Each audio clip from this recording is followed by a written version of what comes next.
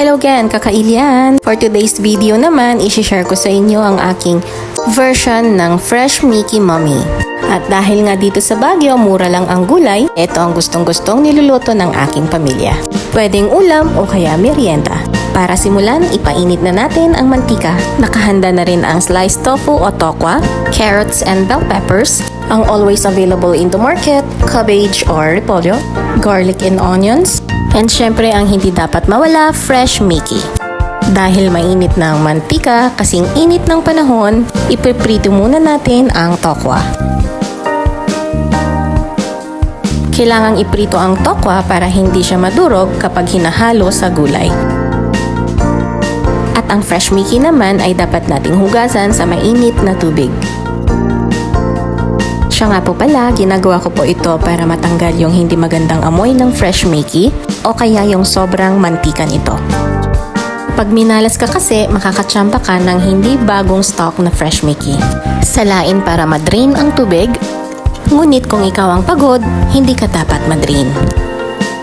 Balikan naman natin ang ating tokwa because it's already turning golden brown.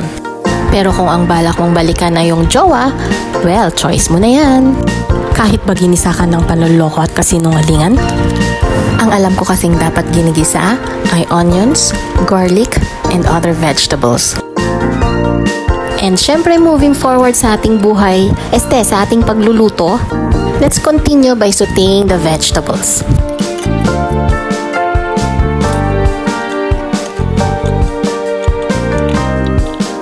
Add salt to taste. You may also add fish sauce or patis.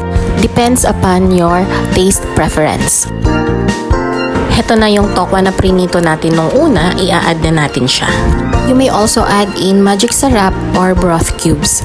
But if you're in a low salt diet, pwede naman pong hindi. Pour in boiled water. You may also use extra broth of chicken or pork.